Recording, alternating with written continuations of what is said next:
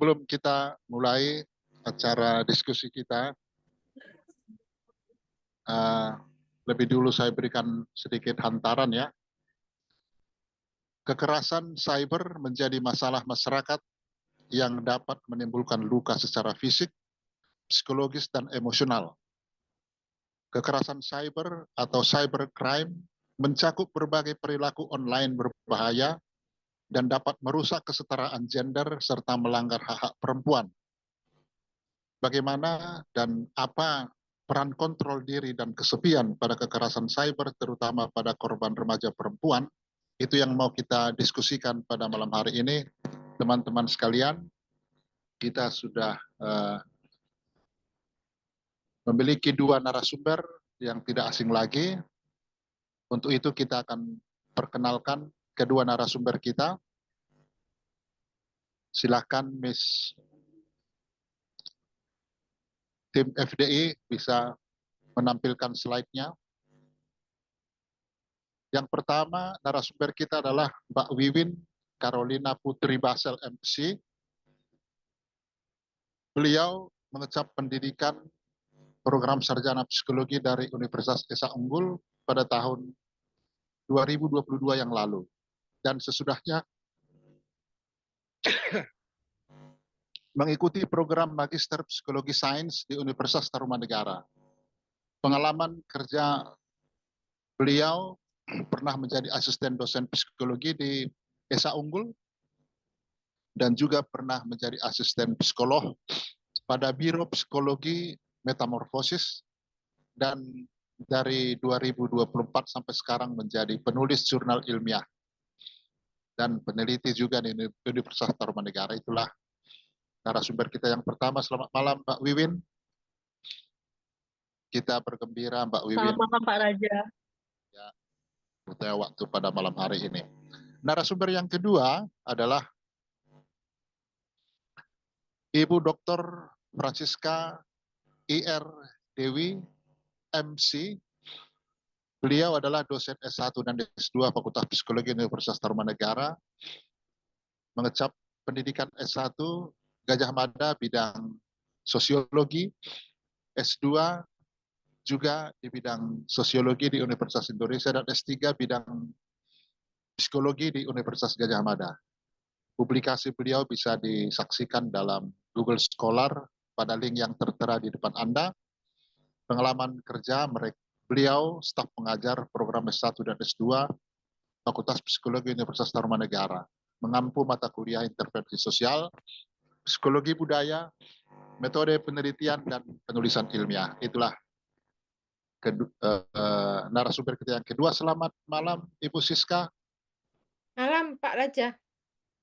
Luar biasa. Terima kasih atas kehadiran Ibu dan Mbak Wiwin pada malam hari ini. Kita berikan langsung waktu kepada mereka. Kita dipersilahkan Mbak Wiwin dan Ibu Siska. Terima kasih. Terima kasih Pak Raja kesempatannya. Mungkin bisa dibantu ya oleh Kak Hartina untuk slide-nya Kak.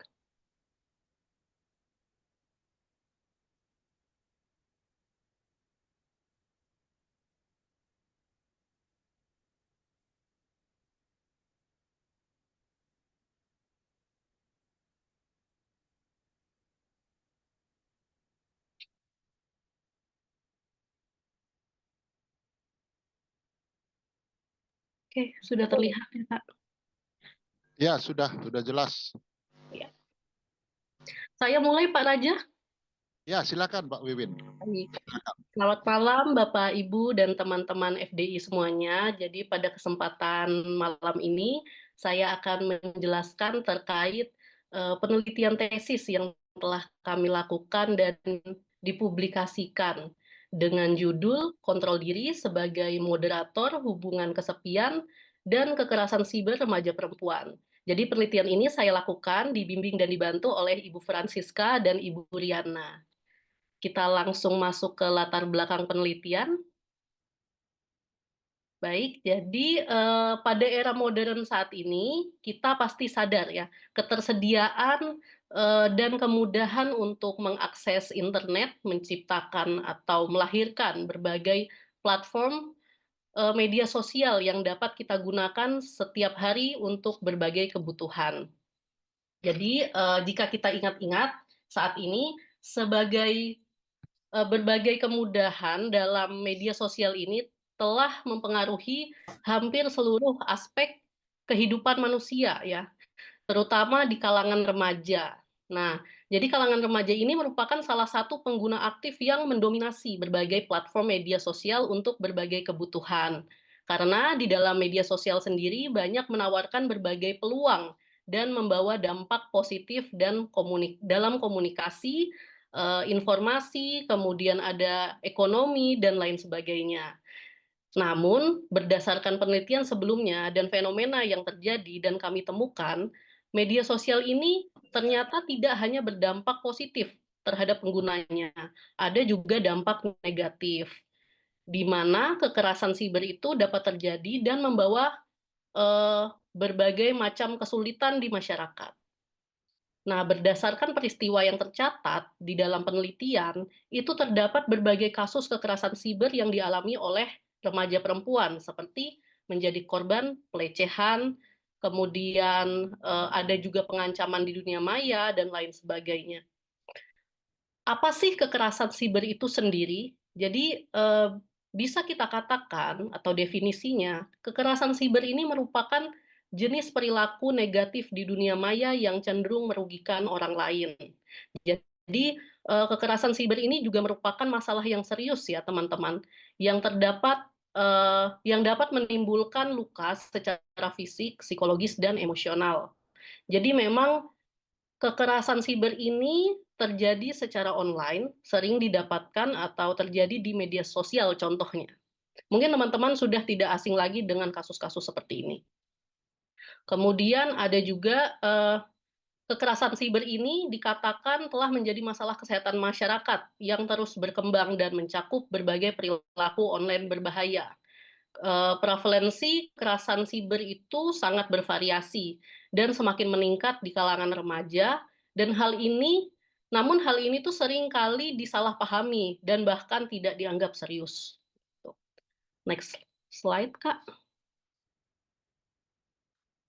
Nah, kemudian kekerasan siber ini juga mengacu pada kekerasan di dunia maya ya. Jadi pelaku menggunakan internet sebagai media untuk melakukan pelanggaran dan penyerangan terhadap korbannya.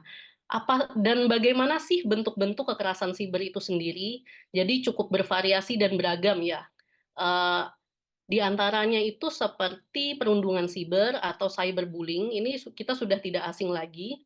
Kemudian ada kejahatan siber atau yang dikenal dengan cybercrime, kemudian ada penguntitan siber yang biasa dikenal dengan stalking cyber, kemudian ada pencemaran nama baik secara online, pelecehan siber, kemudian pemalsuan akun atau email, ada juga penyalahgunaan kencan siber, kemudian penyebaran ujaran kebencian, kemudian ada juga kekerasan pacaran secara online. Kemudian, mungkin contoh yang paling marak terjadi beberapa tahun belakangan ini itu ada yang namanya porn revenge atau pornografi balas dendam. Seperti penyebaran konten pornografi dari biasanya mantan pacar atau orang yang mengambil, video privasi orang lalu disebarluaskan untuk dijual, gitu, dan lain sebagainya. Jadi semua kekerasan di internet atau di dunia maya itu merupakan wujud dari kekerasan siber atau cyber violence. Sehingga kekerasan siber ini diakui sebagai jenis perilaku yang menyimpang yang dilakukan secara daring. Nah, semua bentuk kekerasan siber ini dapat terjadi karena terdapat peluang yang besar dan tingginya tingkat ketersediaan internet seperti yang kita rasakan pada era sekarang. Nah, kemudian tingginya frekuensi penggunaan internet juga merupakan faktor utama terjadinya kekerasan siber, sehingga kekerasan di dunia maya ini sering terjadi, dan internet ini menjadi media atau tempat yang tidak aman bagi penggunanya. Selain itu, perilaku kekerasan siber ini berlindung juga di balik akun media sosialnya ya, sehingga dapat bebas melakukan aksi kejahatannya tanpa diketahui oleh korbannya. Seperti contohnya menggunakan akun palsu, kayak gitu ya, salah satunya. Kekerasan siber ini juga dapat menimbulkan konsekuensi depresi dan kecemasan yang parah bagi individu, termasuk bagi masyarakat luas seperti kita. Karena hal ini dapat merusak kesetaraan gender dan melanggar hak-hak perempuan. Slide selanjutnya, Kak.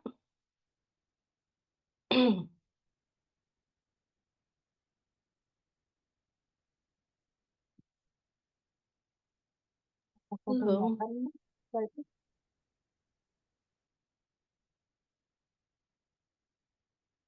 Halo. Mbak Wiwin, mungkin nggak usah sementara off cam aja, hilang ya. Maaf, saya terlempar ya, Ibu Ya, ya. nggak usah pakai kamera off cam aja sementara kalau susah internetnya. Baik, Sinyalnya, ya. baik, Ibu. Saya lanjutkan ya. Sampai di mana ya? Masih pendahuluan Waktu yang ini, yang udah di slide. Yang ada slide di ini ya, udah masuk. masuk ke Baik, sini. Ya. saya lanjutkan ya. Jadi berdasarkan penelitian yang telah dilakukan sebelumnya, kami itu mendapatkan bahwa pengalaman kekerasan siber itu berkaitan juga dengan perasaan kesepian yang dialami oleh individu. Dapat disimpulkan dari penelitian dan teori sebelumnya itu, hubungan antara kesepian dan penggunaan perangkat teknologi itu menunjukkan bahwa remaja ini menggunakan teknologi informasi untuk memuaskan perasaan kesepiannya dengan melakukan interaksi terhadap orang lain. Jadi individu yang merasa kesepian itu berkorelasi positif dengan penggunaan contohnya seperti aplikasi kencan secara kompulsif. Nah, penggunaan media sosial pada individu yang kesepian juga merupakan mekanisme pelarian dalam mencari interaksi di dunia maya agar memenuhi kebutuhan emosionalnya gitu. Hal ini tuh dapat menjelaskan bahwa individu yang merasa kesepian itu lebih cenderung terlibat ya dalam aktivitas daring karena kebutuhan emosional yang tinggi sehingga meningkatkan peluang mengalami kekerasan siber atau rentan menjadi korban kekerasan di dunia maya karena tadi ya waktunya banyak dihabiskan di dunia maya. Jadi definisi dari kesepian itu sendiri yaitu perasaan atau pengalaman yang tidak menyenangkan pada individu karena tidak adanya kedekatan atau hubungan sosial. Kesepian itu juga dapat dikatakan kekosongan yang dirasakan oleh seseorang akibat kurangnya membuka diri dan membangun bisa dibilang keintiman ya dengan orang lain. Slide selanjutnya, Kak.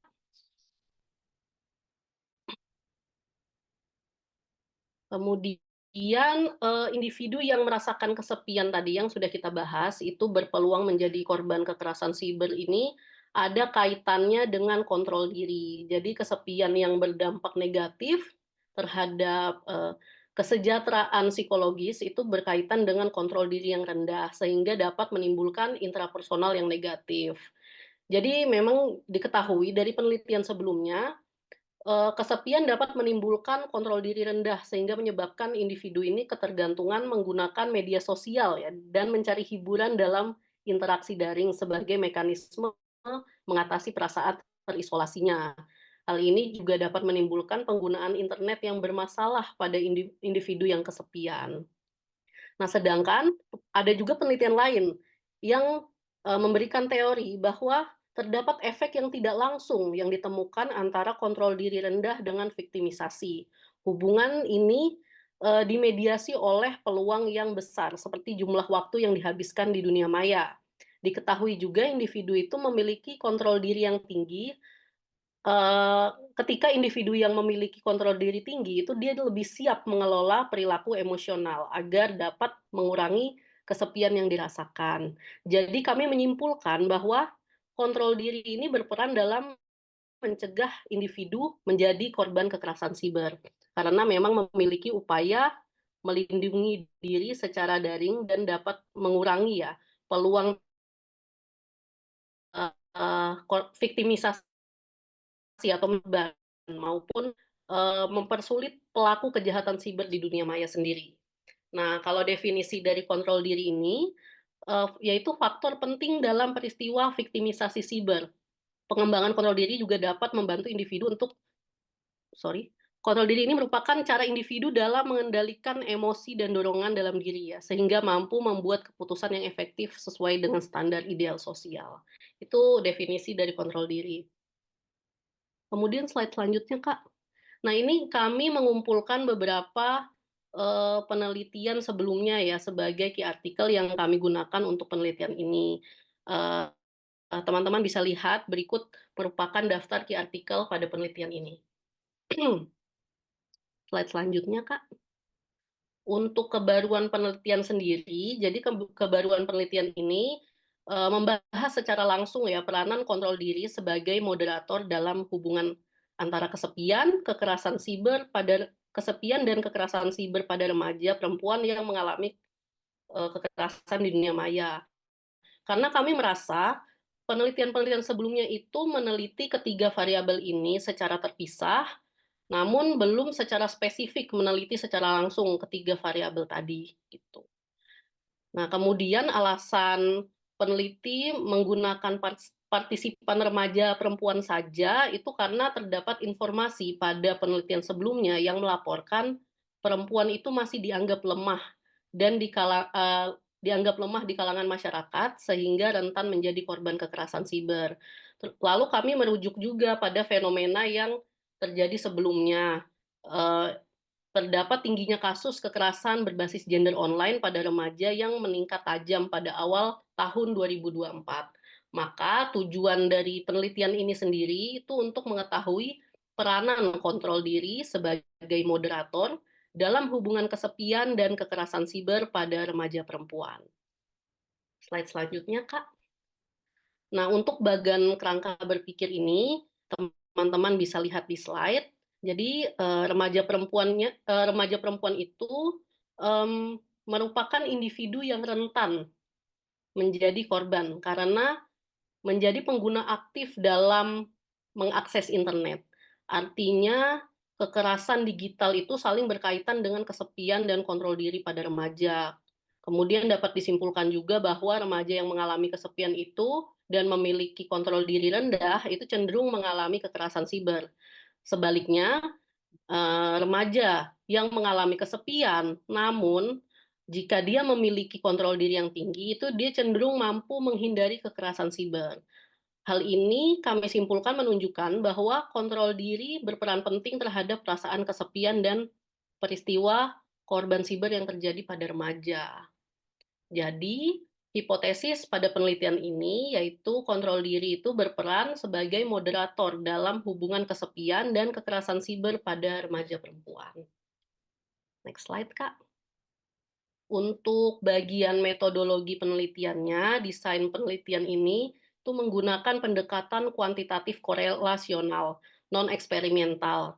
Kemudian kalau untuk pengambilan sampelnya itu kami menggunakan convenience sampling yang dapat diakses pada media sosial berupa pengisian Google Form.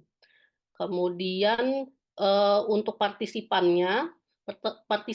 penelitian ini tuh diambil harus memenuhi kriteria, diantaranya itu merupakan remaja perempuan, usia 17 sampai 24 tahun, kemudian aktif menggunakan media sosial, dan memiliki pengalaman menjadi korban kekerasan di dunia maya dalam kurun waktu kurang dari 1 tahun. Next slide, Kak. Oh ya, partisipan ini tuh juga melibatkan 113 remaja perempuan. Kita masuk ke alat ukur. Pada alat ukur penelitian ini, untuk variabel kekerasan siber itu kita menggunakan Experiencing Cyber Violence Scale yang sudah diadaptasi ke bahasa Indonesia melalui expert judgment. Kemudian memiliki 34 item dengan nilai koefisien reliabilitas 0,70. Kemudian untuk variabel kesepian kita menggunakan dari UCLA Loneliness versi 3 yang sudah diadaptasi ke bahasa Indonesia melalui expert judgment. Nah, memiliki 20 item dengan nilai koefisien reliabilitas itu 0,89 hingga 0,94. pada variabel kontrol diri ini menggunakan skala kontrol diri ringkas versi Indonesia. Jadi memang sudah alat ukurnya itu sudah dalam bahasa Indonesia yang memiliki 10 item dengan nilai koefisien reliabilitas 0,81. Untuk prosedur itu yang pertama, peneliti ini menyiapkan alat ukur kuesioner dalam bentuk G-form.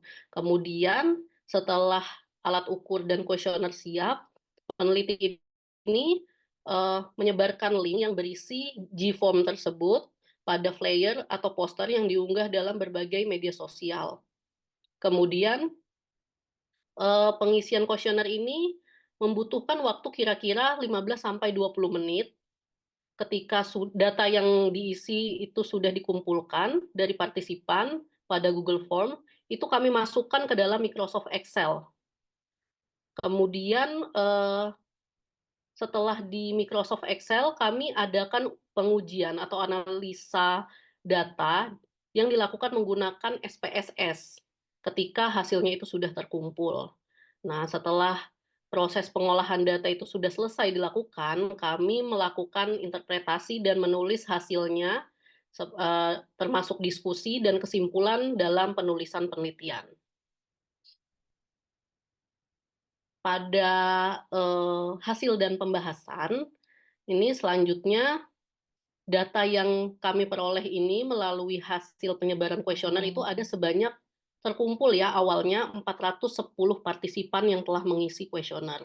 Namun setelah jawabannya ini kami periksa dan kami seleksi, hanya ada 113 jawaban yang layak diolah menggunakan uji SPSS. Jadi 113 jawaban inilah yang kami olah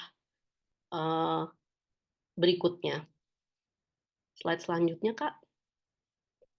Nah, ini yang pertama ada hasil data demografi partisipan ya. Jadi di sini kita akan lihat yang mayoritasnya. Yang pertama ini mayoritas partisipan remaja perempuan itu yang mengisi kuesioner ada pada usia 17-20 tahun, itu sebanyak 63 atau 55,8%. Kemudian seluruh partisipan remaja ini dalam penelitian ini memang merupakan pengguna aktif media sosial. Kemudian pada durasi penggunaan media sosial ini menunjukkan bahwa mayoritas partisipan sebanyak 81 atau 73,5% itu menggunakan media sosial lebih dari menggunakan media sosial lebih dari 2 jam dalam sehari ya. Kemudian sebanyak 90% atau 79,6% itu lebih banyak menggunakan media sosial, lebih banyak menggunakan 2 akun media sosial ya. Kemudian partisipan remaja perempuan ini sebanyak 100% dalam penelitian ini itu pernah mengalami kekerasan siber atau menjadi korban kekerasan di dunia maya. Selanjutnya, mayoritas partisipan sebanyak 43,4% ini mengalami kekerasan siber selama 1-6 bulan. Kemudian sebanyak 75,2% menduga siapa pelaku kekerasan siber yang mereka alami. Dan 69,9% itu bertindak seperti melaporkan atau menutup akun setelah mengalami kekerasan siber. Partisipan sebanyak 74,3% ini juga mengakui merasa kesepian, dan sebanyak 85,8% itu mengakui memiliki kontrol diri. Jadi ini yang sesuai yang mereka isi ya, yang kita tampilkan. Kemudian kalau pada jenis kekerasan itu yang paling tinggi yang pernah dialami partisipan itu merupakan di sini ada paling besar ini 32 ya, penipuan secara daring, diikuti dengan jenis kekerasan lainnya. Next slide, Kak. Kemudian kita masuk ke hasil kategorisasi variabel penelitian. Jadi berdasarkan perhitungan statistik yang sudah kita lakukan, data yang dihasilkan itu pada kategorisasi partisipan penelitian ini menunjukkan mayoritas partisipan remaja perempuan mengalami kekerasan siber pada kategori sedang sebanyak 70 ya, 79,6%. Kemudian mayoritas partisipan remaja perempuan yang mengalami kesepian itu berada di kategori sedang juga, sebanyak 87,6%. Sedangkan mayoritas partisipan remaja perempuan yang memiliki kontrol diri itu berada pada kategori sedang, itu sebanyak 79,6%. Nah, kemudian untuk uji reliabilitas dan validitas pada penelitian ini itu dilakukan menggunakan program SPSS versi 22 dan diuji secara per butir ya dari setiap alat ukur. Kemudian nilai reliabilitas konstruk dalam setiap indikator variabel kekerasan siber, kesepian, dan kontrol diri ini memiliki reliabilitas yang dikatakan baik seperti pada tabel di slide. Next slide, Kak. Kemudian di sini ada uji normalitas dari penelitian ini. Kami melakukannya menggunakan uji Kolmogorov-Smirnov test ya. Berdasarkan uji normalitas Kolmogorov-Smirnov test Monte Carlo itu disimpulkan bahwa semua variabel penelitian ini berdistribusi normal dan uji asumsi ini dilanjutkan menggunakan uji parametrik. Next slide, Kak. Kemudian kami melakukan uji linearitas pada penelitian ini untuk melihat apakah hubungan antara variabel bebas dan terikat itu sudah sesuai dengan regresi linear yang diasumsikan. Jadi hasil dari uji linearitas ini menunjukkan bahwa semua variabel itu bersifat linear. Nah, pada uji heterokedastisitas, itu pada penelitian ini menggunakan scatter plot dan menunjukkan penyebaran titik-titik data. Teman-teman bisa lihat ya di slide ini, titik-titik datanya sudah menyebar sehingga dapat disimpulkan penyebaran itu tidak berbentuk pola tertentu dan tidak terjadi gejala heterokedastisitas. Nah, kemudian kami juga melakukan uji multikoleneritas yang menunjukkan tidak adanya terjadi interkorelasi. Slide selanjutnya. Untuk uji korelasi, kami lakukan dalam penelitian ini menggunakan analisis korelasi Pearson atau uji parametrik. Karena kan tadi datanya normal ya teman-teman. Jadi karena data penelitian ini berdistribusi normal, maka kami pakai korelasi Pearson. Kemudian keburu ya Kak, saya masih makan. Aduh keburu, deket loh, tapi IP aja kok. pada hasil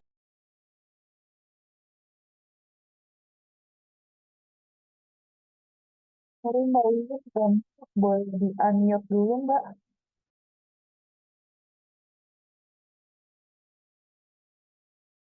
Wiwin? iya, oh ya maaf, ke-unmute. Oke, tadi saya ulangi lagi ya dari hasil uji korelasi. Ya, uji korelasi karena normal tadi itu Lanjut aja, Win. Udah, itu sudah. udah ya. Oke. Jadi hubungan yang signifikannya sebesar 0,00 atau kurang dari 0,5 ya antara kekerasan siber, kesepian dengan kontrol diri. Kemudian kita masuk ke grafik moderator. Ini untuk menguji uji hipotesis ya teman-teman. Jadi peran variabel kontrol ini ternyata tidak memoderasi variabel kekerasan siber dan variabel kesepian. Nah, pada grafik moderator ini, teman-teman bisa lihat, itu ditunjukkan garis variabel kekerasan siber, garis kesepian, dengan garis kontrol dirinya itu tidak saling bersinggungan. Jadi garis-garis pada grafik itu tuh saling berjauhan. Sehingga ini menunjukkan bahwa kontrol diri itu tidak memoderasi kekerasan siber dan kesepian. Next slide. Nah, ini data yang terakhir. Kami melakukan analisis tambahan ya. Itu ada menggunakan uji beda, sampel t-test, dan cross tabulasi. Jadi, uji beda sampel t-test ini digunakan untuk membandingkan rata-rata dua kelompok data yang saling berkaitan. Kalau cross tabulasi itu bertujuan untuk menganalisis hubungan antara dua atau lebih variabel atau kategori. Jadi menunjukkan frekuensi dan presentasi dari setiap kombinasi kategori. Nah, kalau hasil uji beda sampel t-testnya antara variabel kesepian dengan jumlah media sosial yang dimiliki partisipan itu tidak terdapat perbedaan. Begitu juga dengan uji beda variabel kesepian dengan partisipan yang melakukan tindakan setelah mengalami kekerasan siber. Menghasilkan itu juga tidak ada terdapat perbedaan. Kalau pada hasil cross tabulasi itu menunjukkan bahwa mayoritas partisipan yang memiliki jumlah media sosial lebih dari 2 akun itu berada pada kategori kesepian yang sedang sebanyak 77 atau 85,6%.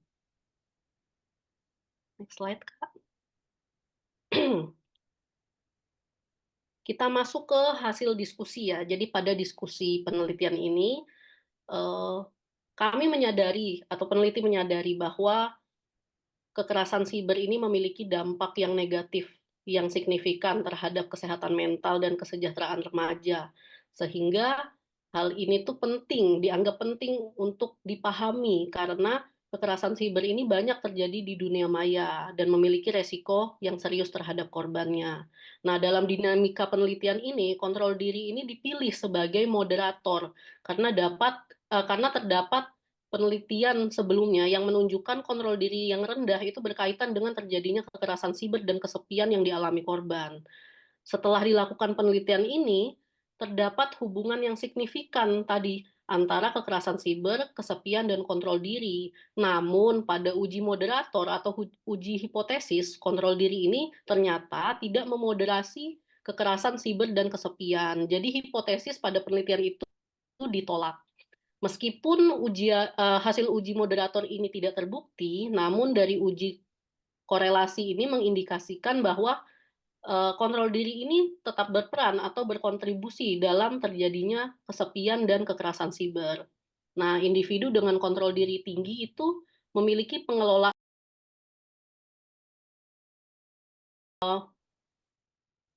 menguasai perasaan kesepian.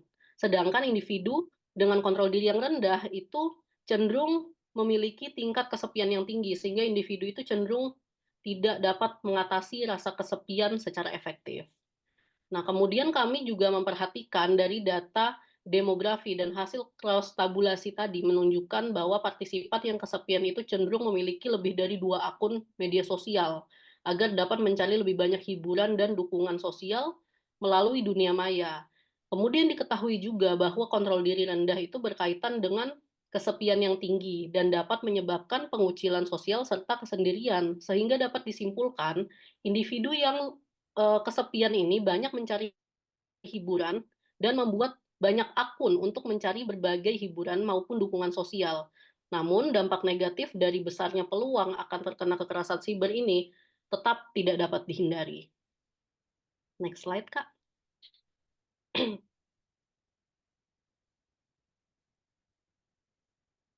Nah, kemudian ada juga faktor eksternal ya teman-teman, yang berkemungkinan berperan dalam terjadinya kekerasan siber pada individu.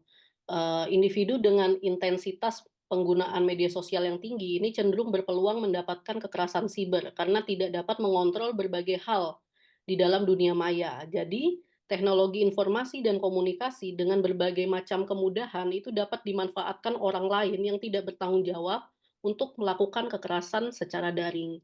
Kemudian setelah peneliti juga berdiskusi dengan pembimbing-pembimbing, kami ini menyadari bahwa faktor lain yang paling menentukan individu dapat menjadi korban kekerasan siber ternyata ketika individu merasakan kesepian. Nah, kesepian ini sering dirasakan oleh remaja dan akan menimbulkan perilaku negatif seperti kecanduan internet, sehingga remaja ini sulit untuk membuka diri dalam kehidupan nyata. Kesepian ini juga memiliki peran yang signifikan ya dalam penggunaan internet yang bermasalah. Dan remaja ini menggunakan teknologi informasi untuk memuaskan perasaan kesepiannya.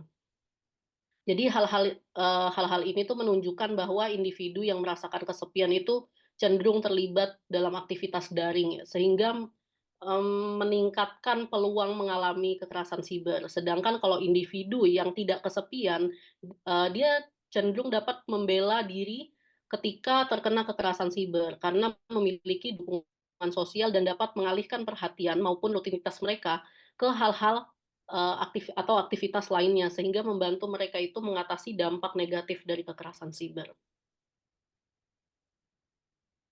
Ya. Kita masuk ke kelebihan dan kekurangan penelitian. Yang pertama, kita akan bahas kelebihan penelitian dulu. Jadi, kami ini mendapatkan ya bahwa penelitian ini membuat partisipan itu sadar bahwa mereka ini masih memiliki masalah dengan masa lalunya terkait pengalaman menjadi korban kekerasan siber. Sehingga mereka ini mencari solusi untuk menyelesaikan masalahnya sendiri. Kemudian kelebihan yang kedua, penelitian penelitian ini itu tidak ada unsur paksaan terhadap partisipan dalam menjawab kuesioner. Jadi peneliti juga terbuka untuk merespon pengaduan atau cerita dari partisipan terkait kekerasan siber yang dialami. Serta kami juga menyanggupi untuk membantu partisipan apabila perlu bantuan ke pihak profesional seperti psikolog atau dokter jiwa. Kemudian penelitian ini juga memiliki temuan yang unik ya, yang dapat menjadi edukasi untuk remaja, perempuan korban kekerasan siber, maupun masyarakat luas. Jadi hal ini berkaitan dengan kebutuhan untuk menumbuhkan kesadaran sosial dalam memahami resiko dari kekerasan siber pada remaja yang menjadi korban. Dan hal ini tidak dapat diremehkan.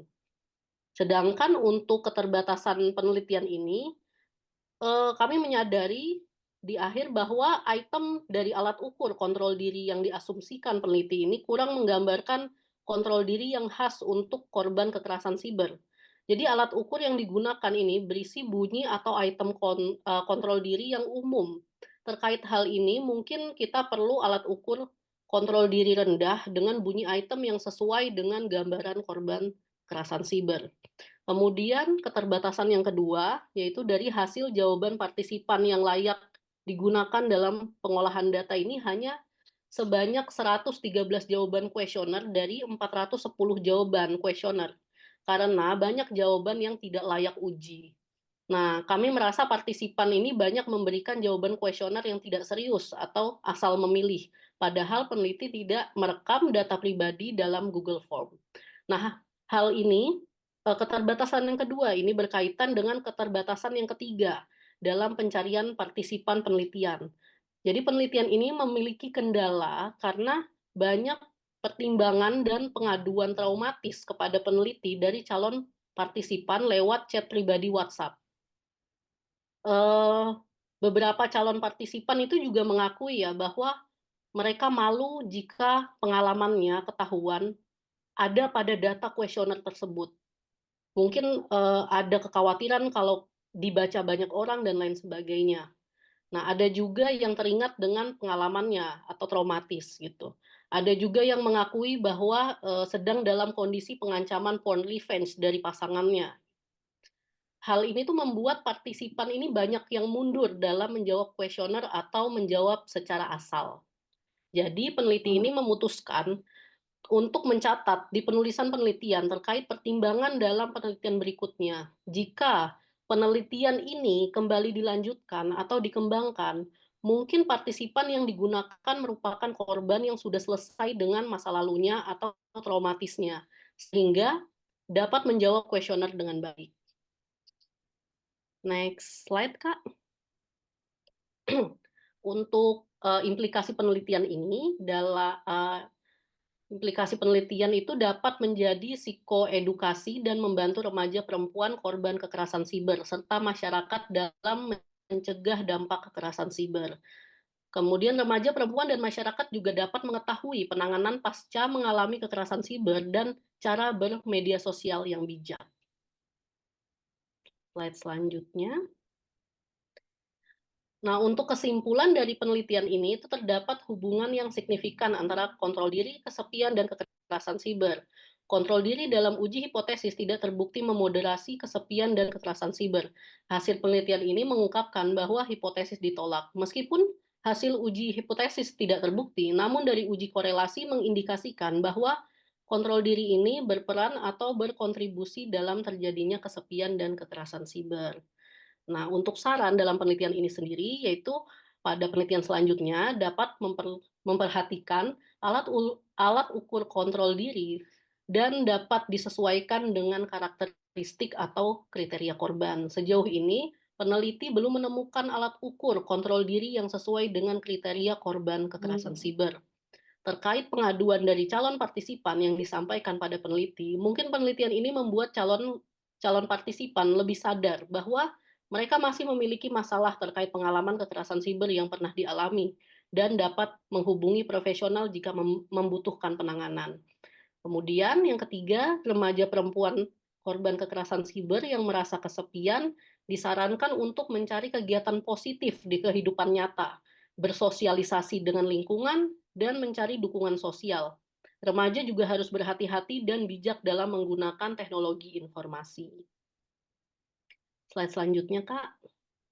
Nah, ini penelitian ini sudah menghasilkan 3 luaran. Di antaranya yang pertama itu ada publikasi dalam jurnal Psyche 165. Ini ada di Sinta 3. Kemudian yang kedua ini sudah dilakukan pengabdian kepada masyarakat dan telah dipaparkan dalam Seminar Nasional Hasil Penelitian dan Pengabdian kepada Masyarakat atau Senapenmas pada Oktober 2024. Jurnalnya juga sudah dipublikasikan dalam jurnal Serina Abdimas. Yang terakhir, hasil penelitian ini juga sudah dimuat dalam artikel Kompas dengan judul Perempuan versus Kekerasan Siber. Jadi sekian presentasi dan sharing dari penelitian yang sudah kami lakukan. Semoga dapat bermanfaat untuk teman-teman semuanya. Terima kasih dan saya kembalikan ke Pak Raja. Terima kasih Mbak Wiwin atas pemaparannya. Nah, sekarang kita akan berangkat ke narasumber yang kedua, Ibu Dr. Francisca. Silakan, Bu Siska. Selamat malam Pak Raja, rekan-rekan mahasiswa S2. Malam. Ya, dan Mbak Wiwin yang telah memaparkan begitu lengkap hasil penelitian tesisnya. Sebetulnya ada satu tambahan tentang publikasi yang sudah publish juga di jurnal Muara. Jadi satu riset ternyata bisa menghasilkan 2 publikasi juga karena memang pembahasannya ada yang terpecah gitu ya.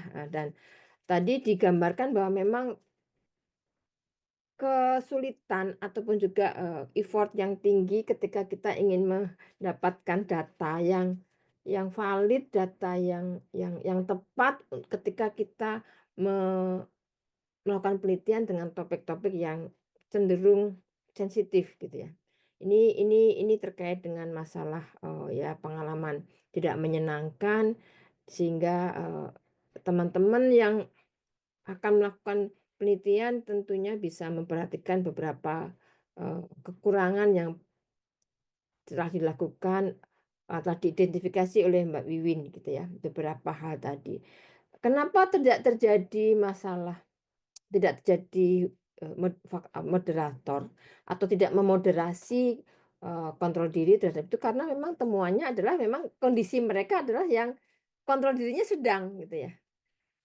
Sedang itu kan ya dia cenderung mampu melakukan kontrol diri, memiliki kontrol diri yang cukup baik gitu ya.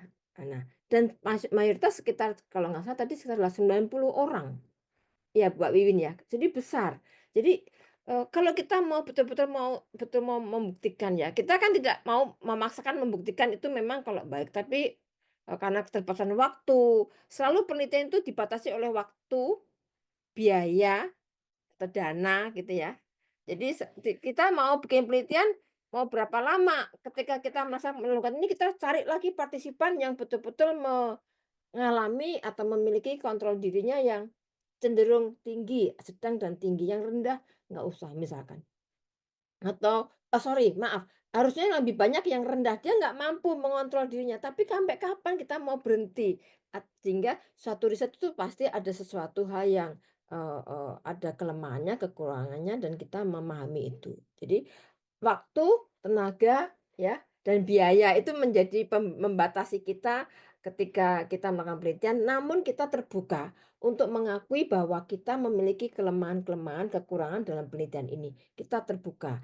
Nah, sehingga peneliti lain tidak akan memperhatikan hal tersebut dan menjadi concern-nya. Demikian pula betul bahwa kuesioner atau alat ukurnya tadi betul-betul spesifik gitu ya. Nah, spesifik harus spesifik sehingga betul-betul mau mengukur apa yang mau kita ukur gitu kan ya. Tadi kan memang hanya dia 0,695 ya. Jadi di atas ya memang 0,5 itu memang standar minimal untuk alfa Krumbachnya 0,65. Jadi itu jadi sudah kelihatan ya, seperti itu. Oke, pengalaman saya berbullying itu ini khusus yang memang untuk perempuan gitu ya. Mungkin kalau mau lihat apakah memang ada yang untuk laki-laki mengalami itu, mungkin lebih susah lagi mencari partisipan yang betul-betul ya itu tantangan. Tapi itu menjadi kebaruan juga gitu ya. Kebaruan novelty-nya akan tinggi. Kemudian kalau cyberbullying itu pada usia tadi 17 sampai 20 ya Mbak, 24 ya. Itu rentannya sudah itu kan remaja remaja cenderung ya kita menyebut ya dewasa ya, remaja kita tidak membatasi spesifik tapi akan dibuka lagi. Mungkin ketika kita tambahin lagi usianya gitu ya, yang yang lebih lebih di bawahnya lagi, tapi kesulitan lagi nanti untuk mengukur karena banyak juga pengalaman riset saya tentang cyberbullying gitu ya. Ini yang cyber ini pembulian yang terjadi menggunakan ya melalui internet apa saja mau pakai email. Nah, kebanyakan memang menggunakan gawai yang memang menjadi bagian sosial media yang melingkupi kehidupan masyarakat khususnya juga remaja itu adalah juga cyberbullying. Ya memang terjadi, teman-teman saya menunjukkan mereka perlu, eee, tambahannya ketika kita kaitkan dengan faktor-faktor, eee, karakter, pendidikan karakter yang saya teliti itu, kadang-kadang memang, ada kontrol dirinya itu dari sisi, budaya dan agama, ya. Mungkin itu juga bisa menjadi tambahan kalau mau dikembangkan lagi risetnya ini, bisa juga. Jadi variabel itu bisa jadi kalau kita mau lebih kompleks penelitiannya ya, ya bisa ditambahkan, tapi lagi-lagi bahwa memang tesis mahasiswa itu dibatasi oleh waktu kan, pengen cepat selesai dalam waktu 6 bulan dan lain-lain pekerjaannya, itu sesuatu hal yang tidak baik. Tapi itu suatu pemikiran-pemikiran kalau nanti teman-teman mau melakukan penelitian lebih lanjut gitu ya, bisa dilakukan. Saya rasa ini dulu Pak Raja, nanti kita bisa, lanjutkan diskusinya dalam sesi berikutnya. Terima kasih Pak Raja, Mbak Wiwin. Baik, terima kasih Bu Siska. Terima kasih juga Mbak Wiwin yang telah memaparkan secara lengkap tadi hasil penelitiannya ya, bahwa kebanyakan responden mereka itu memiliki kontrol diri yang sedang ya, jadi relatif sedang. Dan karena itu makanya fungsi kontrol diri tidak begitu dominan dalam memoderasi relasi antara kesepian dengan kekerasan cyber. Juga tadi tambahan dari Bu Siska ya, yang mengungkapkan bahwa ya setiap penelitian tentu ada kelemahannya ya, karena dibatasi oleh ruang dan waktu, dibatasi oleh dana, sehingga tidak bisa selama-lamanya penelitian itu dilanjutkan. Baik teman-teman, sebelum kita lanjutkan dengan diskusi dan tanya jawab, ya kali ini saya tidak lupa, biasanya lupa itu untuk memutarkan videonya ya. Tertawa itu Miss Hartina. Silakan Bro San, bisa ditampilkan cuplikan videonya, kita nikmati bersama.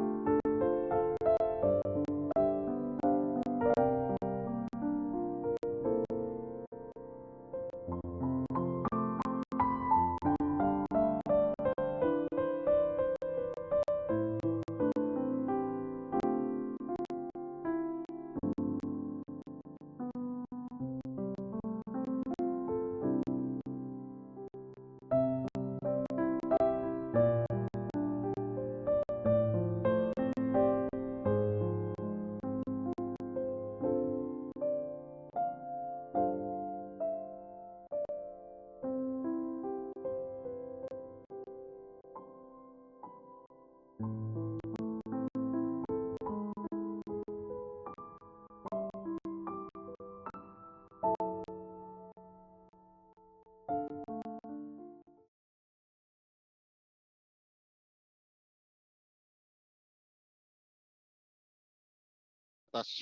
cukilan videonya.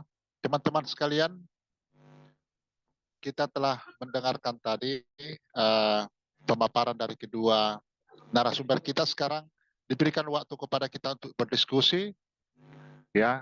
Sekaligus pada teman-teman semua mohon diisi linknya absensi yang ada di chat kita. Baik, silakan. Siapa memulai?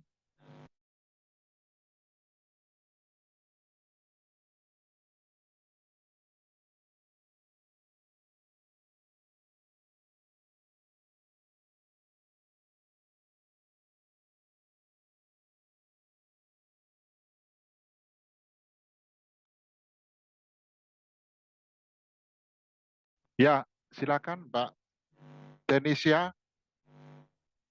Terima kasih Pak Raja. Selamat malam Mbak Wiwin, Bu Siska. Terima kasih pemaparannya. Saya tertarik karena saya juga pakai kontrol diri sebagai variabel moderator saya dalam penelitian saya yang akan saya lakukan. Jadi, tapi tadi waktu pembahasan di bagian pendahuluan saya menyimak bahwa ada kaitannya kesepian dengan kontrol diri, ya. Tapi saya nggak tahu gitu siapa yang mempengaruhi yang mana gitu. Jadi maksudnya yang sebagai IV dan DV ini apa gitu kalau kaitannya antara kontrol diri dengan kesepian? Apakah kesepian mempengaruhi kontrol diri ataukah kontrol diri yang mempengaruhi kesepian gitu? Ataukah tidak bisa dibuktikan atau hanya ada korelasi saja? Saya minta penjelasannya. Terima kasih. Ya, terima kasih Mbak Tenisia atas pertanyaannya berkaitan dengan kontrol diri dan kesepian, ya. Ya, kontrol diri tadi sebagai moderator, bagaimana korelasinya dengan kesepian? Mungkin jelas ya maksudnya. Mau langsung dijawab Pak Wiwin? Mbak Siska? Boleh? Sementara yang lain siap-siap pertanyaannya. Baik Pak Raja. Kak Tenisia, terima kasih ya sudah bertanya. Sama-sama pengguna kontrol diri. Jadi, kalau di penelitian ini memang kontrol diri itu sebagai moderator. Kemudian, kesepian sendiri menjadi dependent variable dan kekerasannya yang menjadi, independen. Begitu, Kak. Jadi memang, penelitian ini awalnya itu kita mau membuktikan bahwa benar nggak sih kontrol diri ini bisa memutus hubungan antara kesepian dengan, kekerasan siber ini tadi. Karena yang berhubungan kan kekerasan siber dengan kesepian ini, gitu. Ternyata waktu kita melakukan penelitian dengan adanya partisipan, yang 113 tadi dan, adanya keterbatasan waktu, kemudian kesulitan kita dalam mencari partisipan, hasil yang kita peroleh dalam penelitian ini, eee, ada hubungannya antara kesepian dengan kekerasan siber gitu ya, yang dipengaruhi oleh si kontrol diri ini. Kontrol diri ini bisa, memutuskan maupun memperkuat. Jadi kalau kontrol dirinya tinggi, itu orang yang merasa kesepian cenderung terhindar dari kekerasan siber. Sedangkan kalau kontrol dirinya itu rendah, itu orang yang kesepian itu cenderung, terkena kekerasan siber, begitu, Kak. Terima Jadi kasih Mbak, saya masih boleh mengajukan pertanyaan ya Pak Reza. Maksud pertanyaan saya adalah tadi tidak sampai ke DV sih, saya paham maksudnya peran antara IV, DV, dan moderator. Tapi maksudnya tadi di bagian awal itu ada penelitian ya, sebelum memutuskan si variabel kontrol diri ini menjadi moderator, kan ada penelitian sebelumnya tuh, ada key artikel yang menyatakan bahwa ada kaitannya antara kontrol diri dengan kesepian. Yang saya tanyakan adalah siapa yang mempengaruhi yang mana gitu? Apakah yang mana IV dan DV dalam key artikel sebelumnya, kesepian mempengaruhi kontrol diri kah? Atau kontrol diri mempengaruhi kesepian? Gitu. Terima kasih Mbak Wiwin. Kalau dari key artikel sebelumnya ya, yang saya baca dan saya tangkap, jadi memang eh, kontrol diri ini yang mempengaruhi sebentar, kontrol diri ini yang mempengaruhi ketika orang merasakan kesepian, begitu Kak. Jadi si kontrol dirinya ini sih, makanya kami tertarik kayak awalnya ragu-ragu juga apakah apa iya gitu kan, karena penelitian sebelumnya ini banyak membahas kalau nggak kontrol diri saja ya kontrol diri rendah gitu kan. Nah ini dia Kak, dinamika dalam dalam penelitian ini gitu. Kita itu masih penasaran, benar nggak sih kontrol diri ini berpengaruh gitu kan terhadap si kesepian ini dan adakah pengaruhnya terhadap kekerasan tersebut kayak gitu, kekerasan siber ini, karena memang sebelumnya dari key artikel yang tadi saya perlihatkan di slide itu kan lumayan banyak ya. Biasanya kan key artikel cuma 1, 2 gitu. Ini kita pakai beberapa karena memang agak sulit mencarinya karena itu tuh key artikelnya terpisah-terpisah gitu. Kayak misalnya kekerasan siber itu penelitiannya dengan kesepian saja, kemudian kesepian dengan kontrol diri dengan kekerasan siber gitu. Jadi belum ada yang spesifik jadi satu gitu untuk menjadi rujukan yang lengkap gitu ya. Makanya kami pakai beberapa biar kami juga tidak kelimpungan kayak gitu ya. Jadi memang kontrol dirinya ini sih Kak yang mempengaruhi orang yang Jadi merasakan. kontrol diri sebagai IV, kontrol diri berpengaruh. Jadi semakin rendah kontrol diri, harusnya semakin tinggi tingkat kesepian, yaitu kalau di artikel yang lama ya. Kalau saling mempengaruhi kayak gitu, kenapa ini kontrol diri nggak jadi kalau mediator? Waktu itu kenapa tidak memutuskan untuk menjadi mediator, tapi kenapa malah jadi moderator? Nggak, teknis sih. Boleh dijawab. Boleh diulang Kak pertanyaannya? Yang soal kenapa kontrol diri ya yang Karena kan dikatakan ada moderator bukan mediator. saling berpengaruh nih gitu antara kontrol diri dengan kesepian, lalu kontrol diri dengan kekerasan cyber kalau dari key artikel yang sudah di riset sebelumnya. Kenapa pertanyaan saya kenapa memilih variabel kontrol diri ini jadi moderator? Kenapa bukan mediator misalnya gitu? Terima Ah, kasih Mbak Mimi. oke. Kalau ini di awal waktu sebelum proposal ya Kak. Jadi emang ceritanya itu eh, dari pembimbing sebelumnya. Jadi sebelumnya itu saya bukan dengan Ibu Siska. Jadi dari pembimbing sebelumnya kita sepakat sebelum ujian proposal itu kayaknya lebih lebih menarik kalau dilihat apakah kontrol diri ini bisa memperkuat atau memperlemah antara hubungan kesepian dengan kekerasan siber ini. Sebatas itu sih Kak, kita penasaran di situ. Jadi maka kita menggunakan kontrol diri sebagai moderator. Begitu. Oke, terima kasih banyak Mbak Wiwin Bu penjelasannya. Siska mungkin Saya ada tambahkan, tambahan? saya tambahkan Mbak Tenis ya. Oke, Siap memang Bu, siap. kita penelitian itu ya penelitian berupaya untuk menggali, menemukan hal-hal baru itu ya. Ketika tadi sudah dilihat memang, ada masing-masing berkorelasi, kenapa ini kan udah jelas nih pada pengaruhnya, kenapa nggak jadikan mediator ya? Justru kita ingin itu udah terbukti kita nggak mau pakai itu, kita mau mencoba itu ya.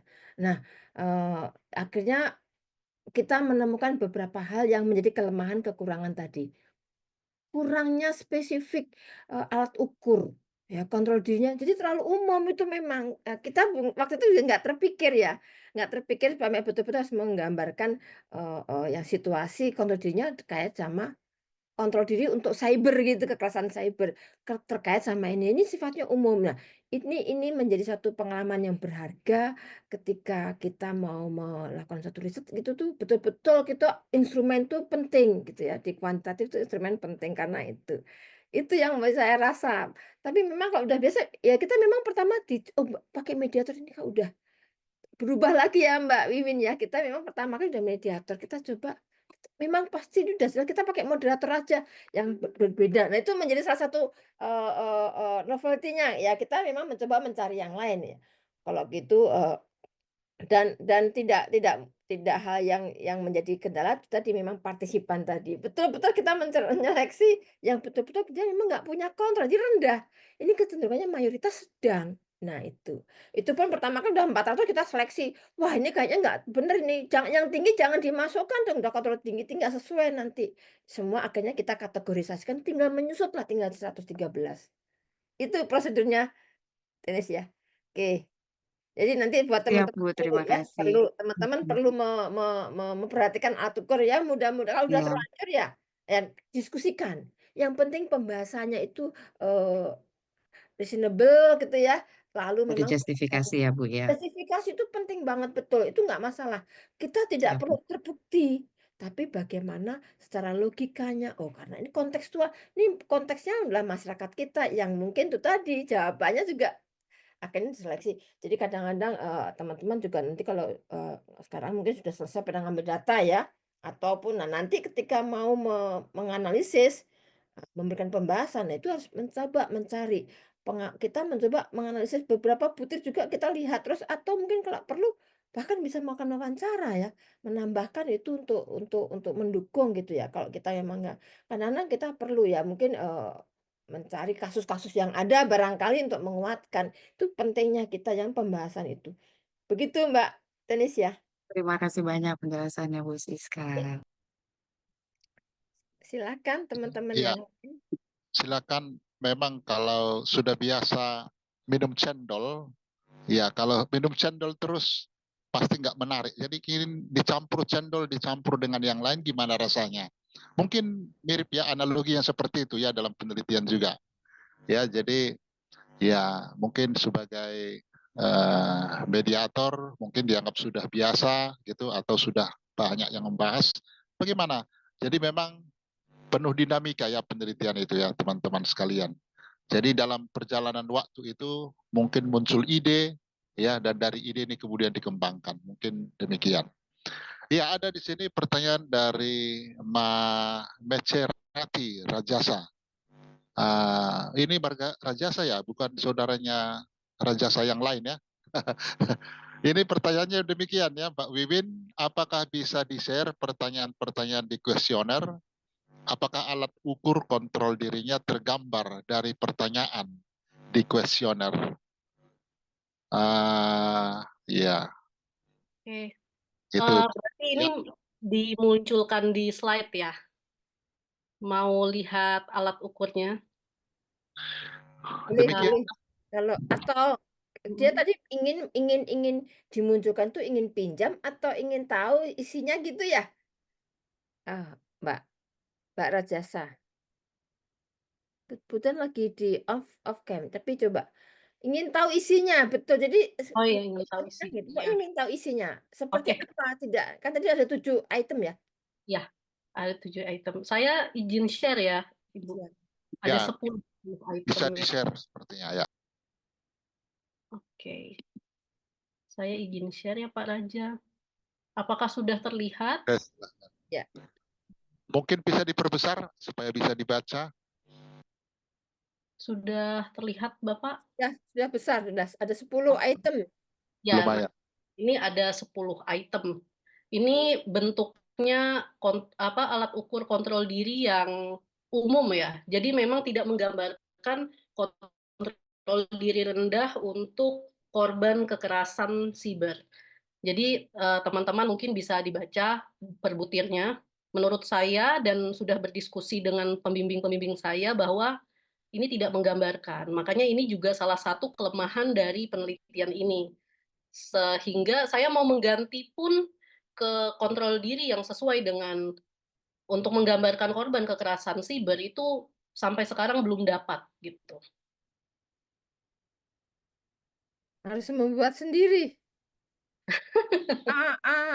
Jadi ketika kita mau ini pengembangan alat ukur ya, jadi masuk di sana, jadi ya butuh waktu gitu ya.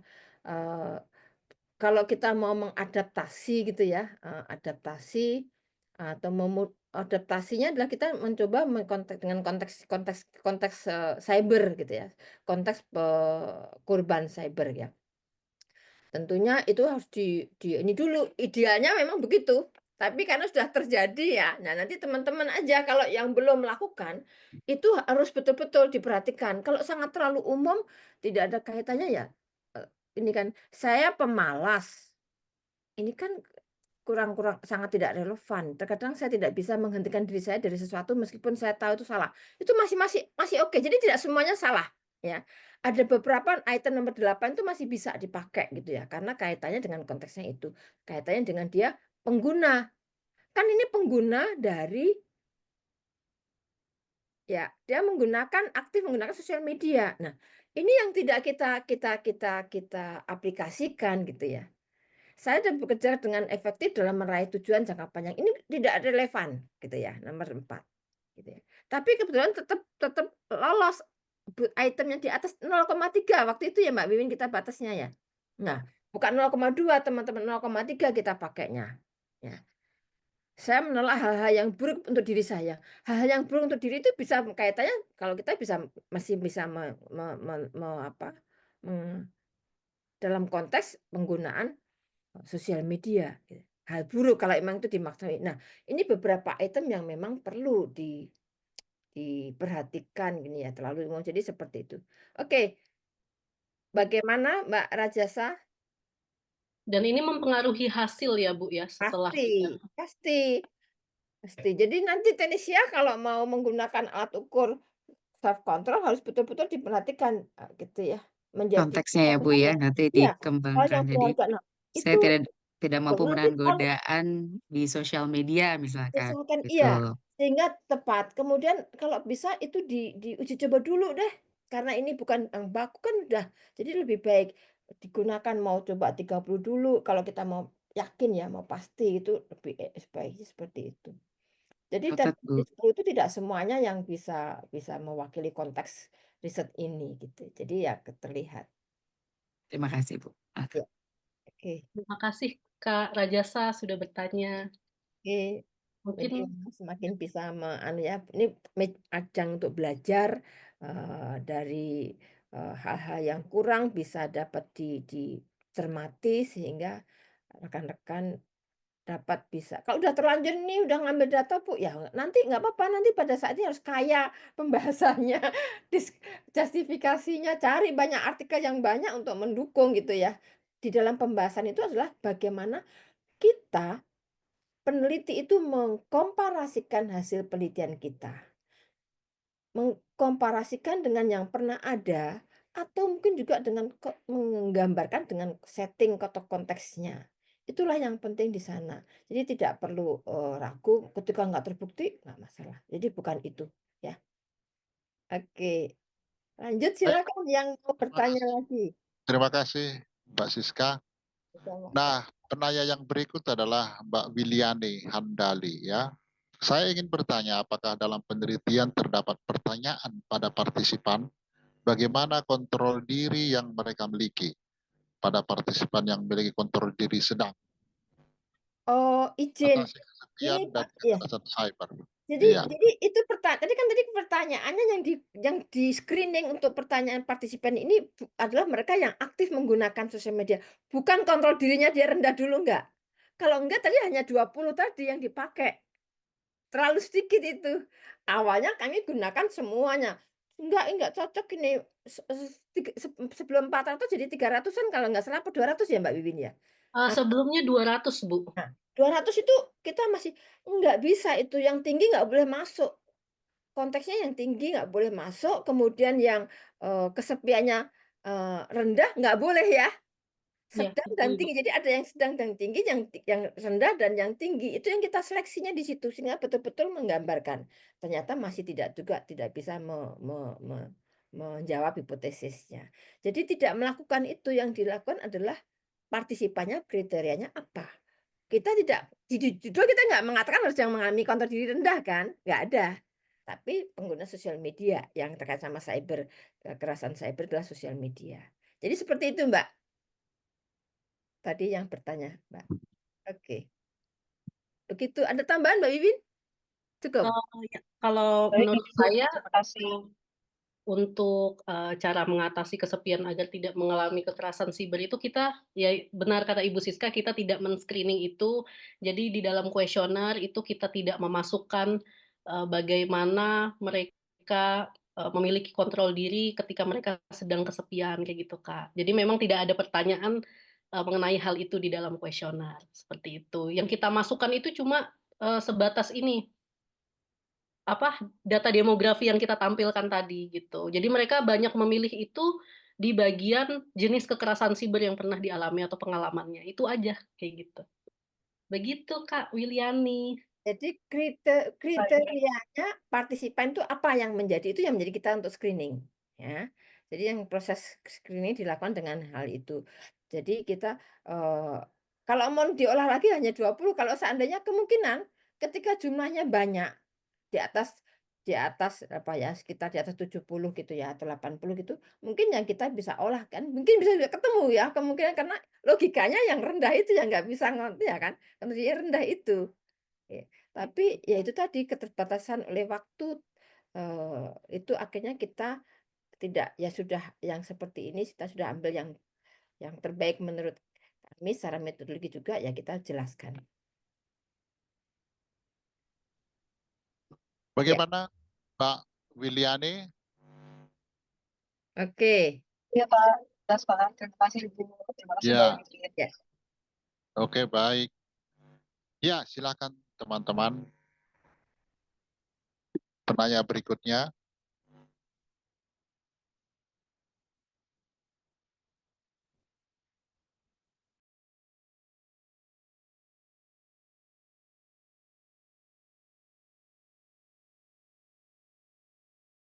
Atau mungkin teman-teman ingin sharing juga boleh yang mungkin terkait pengalaman ketika apa ya, mengambil datanya ya, pengambilan datanya, mungkin konteks itu kan kita berbagi ya. Ya, silakan Miss Hartina. Selamat malam Mbak Wiwin, Bu Sika. Saya izin bertanya ya Bu, soalnya penasaran banget sama penelitiannya. Penelitiannya bagus, tapi ada beberapa poin yang saya ingin tanyakan gitu ya. Silakan. Terutama yang di bagian prosedur yang seleksi partisipan yang dari 400 sampai 100-an itu gimana ya cara untuk menyeleksinya gitu ya, one by one, sort by data, atau kriterianya apa tuh ya soalnya banyak datanya dari 400 jadi tinggal 100 sekian itu banyak gitu kan yang dieliminasi itu banyak gitu ya. Terus kriterianya apa aja, prosedurnya bagaimana gitu ya. Terus saya juga tertarik nih yang bagian bantuan secara profesional ya kepada para korban ini ya, karena ini kan penelitiannya pada para korban ya. Mungkin Mbak Wiwin bisa cerita secara kualitatif mungkin ya seperti apa problematika yang mereka share dan bagaimana kehidupan mereka setelah mengalami kekerasan cyber ini ya gitu ya. Lalu pertanyaan saya selanjutnya, mengapa penelitian ini dilakukan kepada korban ya? Kenapa tidak dilakukan kepada pelaku gitu ya? Karena mungkin kalau bagi saya kita tidak bisa menyeleksi apa yang datang kepada kita gitu kan.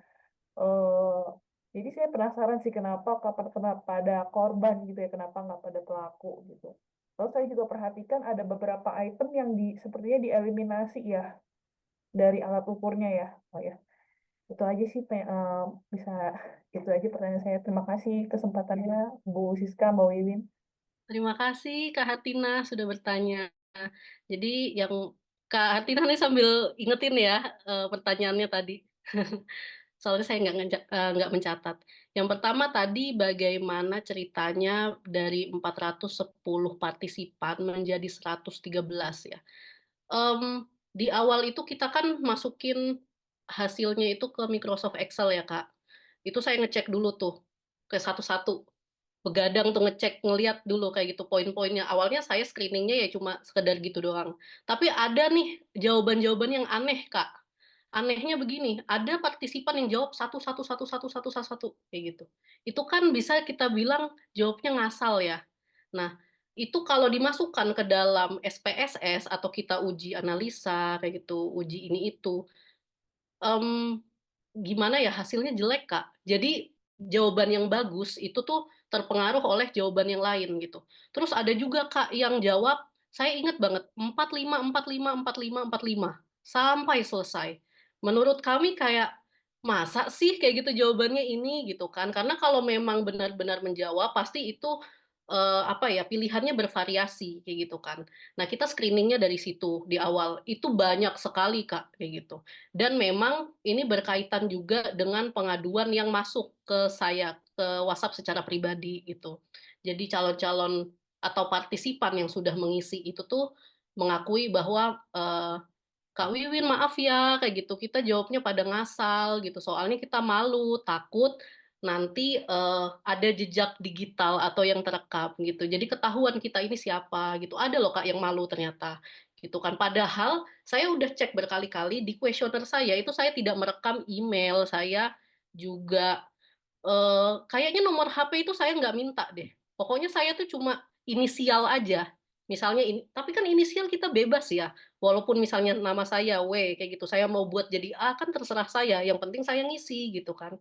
Nah itu di situ aja mereka tuh udah malu gitu, takut jawabannya itu tuh atau identitas aslinya terekam gitu.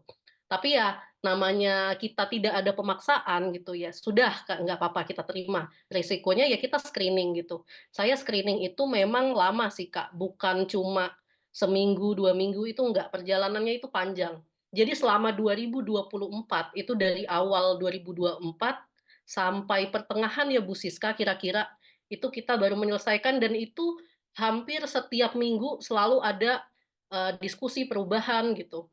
Mungkin Ibu Siska sampai bosen saya chat-chat terus ya. Soalnya saya bingung juga gitu, kenapa jawabannya kok aneh-aneh gitu. Maksudnya hasilnya itu tuh kalau mau diinterpretasikan itu tuh kayak, menurut kami kok kurang kayak gitu, kok ada yang kayak ada yang nggak sreg gitu, Kak. Nah dari situ, itu berbulan-bulan, berminggu-minggu, berbulan-bulan kami nyeleksi gitu. Sampai akhirnya, kesepakatan waktu bimbingan itu bersama Ibu Siska sama Ibu Riana juga, kita menggunakan 113 sisanya ini gitu. Jadi dari 410 itu tinggal 113 itu sih, Kak. Jadi banyak jawaban yang menurut kita tuh ngasal nih jawabnya gitu. Jadi itu merusak data yang lain yang jawabannya tuh sebenarnya bagus kok gitu. Masih bisa dipakai. Jadi 113 yang layak digunakan. Kemudian untuk eh, pengaduan dengan ini ya Kak tadi kita Silakan. menyalurkan bantuan untuk ke pihak profesional. Karena ini sebenarnya di awal itu idenya Bu Riana, karena Bu Riana ngelihat, Win ini kita meneliti tentang korban gitu kan. Kalau berbicara tentang korban pasti ada pengalaman masa lalu yang buruk gitu, yang tidak menyenangkan. Jadi saya itu disuruh buat level resiko dalam penelitian itu yang tinggi gitu. Memang penelitiannya beresiko karena hal sensitif gitu. Kemudian Ibu Riana itu ada ide menambahkan, kalau misalnya ada pengaduan yang masuk atau keluhan yang masuk kayak gitu tuh kita bersedia untuk memfasilitasi menyalurkan ke pihak profesional gitu kan. Untuk menyalurkan ke profesional kemarin dari calon partisipan atau partisipan yang sudah mengisi itu memang tidak ada gitu. Hanya memang pengaduan masuk ke saya sebatas untuk Kak boleh numpang curhat nggak gitu aja.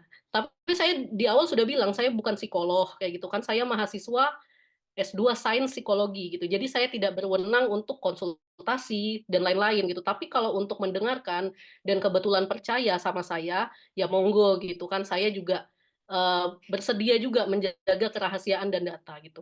Jadi memang ada sampai yang menchat saya itu secara pribadi, secara anonim. Tapi dia bilang saya calon partisipan Kak gitu. Cuma saya nggak sanggup nih bilang saya siapa kayak gitu kan. Saya kenal kakak, kakak kenal saya, tapi saya nggak mau cerita identitas saya siapa, kata dia gitu. Nah, terus ya sudah saya dengarkan. Akhirnya setelah chat-chatan beberapa saat, eh, dia ini seorang perempuan dan sedang mengalami kekerasan, kata dia gitu.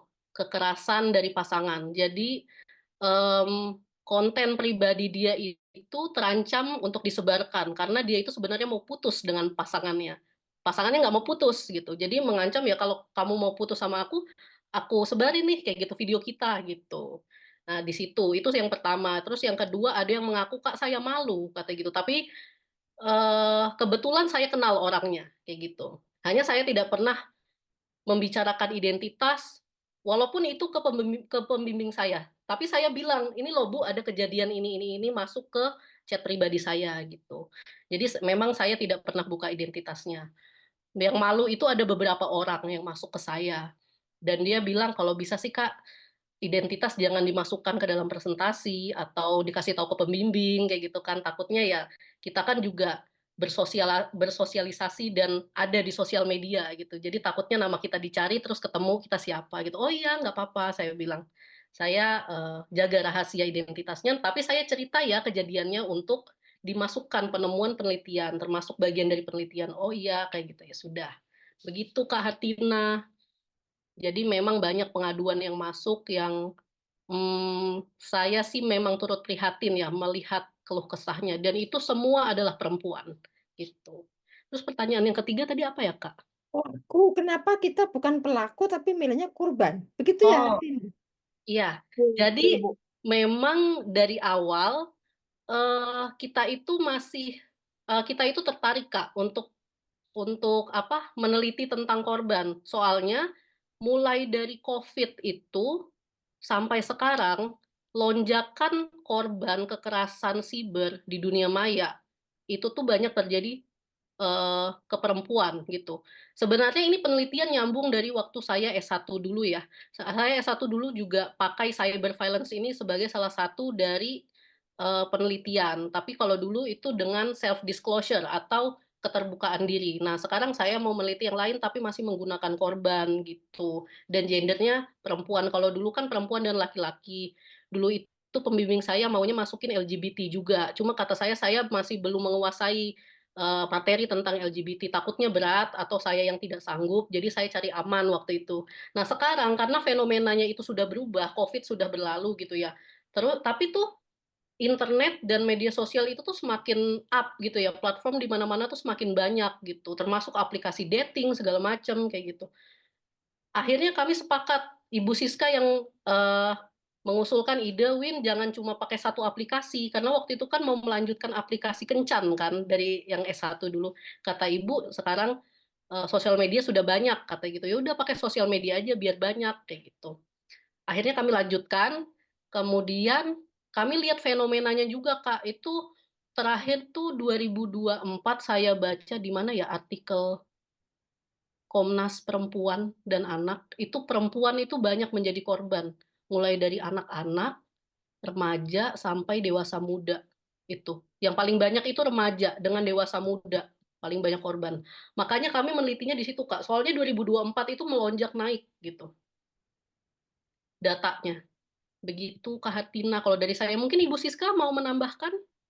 Oke, kalau kenapa kita nggak masuk dengan pelaku ya? Ya itu tadi memang untuk nanti jadi juga kita mencari partisipan lebih susah gitu ya. Karena memang susah untuk bisa terbuka mau terbuka menyatakan bersedia mengisi kalau dia pelaku mungkin makin curiganya tinggi gitu ya. Jadi ya salah satu pertimbangannya itu juga. Jadi selain tadi kondisi fenomena yang memang menonjol eh, bahwa korban itu lebih banyak, jadi kita enggak gitu ya. Kita tetap gunakan korban bukan pelaku. Agak lebih susah lagi gitu ya. Kalau pelaku nanti ya memang nanti laki-laki. Bukan berarti kita sangat seksisme bahwa kita pengen kalau laki-laki nanti dia ngisinya juga pasti lebih susah, nggak mau. Lebih pertama itu jadi kendalanya sudah banyak itu kita nggak pengen melakukan itu kita berupaya cari yang jangan banyak kendala lah biasalah penelitian tesis lagi kecuali kalau kita dapat dana dari negara dari dana fundingnya besar kita mau melakukan penelitian itu masih bisa ini kan kita nggak dapat juga hibah dikti ya Mbak kita ngajuin tapi nggak lolos kayaknya hibahnya hibah internal jadi seperti itu Mbak Artina. Terima kasih Bu. Gimana, Ini Mbak terkait Tina? juga dengan korbannya yang kebanyakan itu yang foto-foto pribadinya disebarkan ya Mbak ya. Jadi memang lebih ke rata-rata korbannya itu sebenarnya tahu juga pelakunya siapa dan ya maksudnya bukan random yang kayak misalnya orang di Twitter tiba-tiba dihina-hina kayak gitu nggak gitu gitu. Ya, tuh, jelas. Terima kasih penjelasannya Bu Siska, Mbak Wiwin. Eh, karena memang kekerasannya cenderung lebih kekerasan seksual ya Betul Ibu. sebagian besar.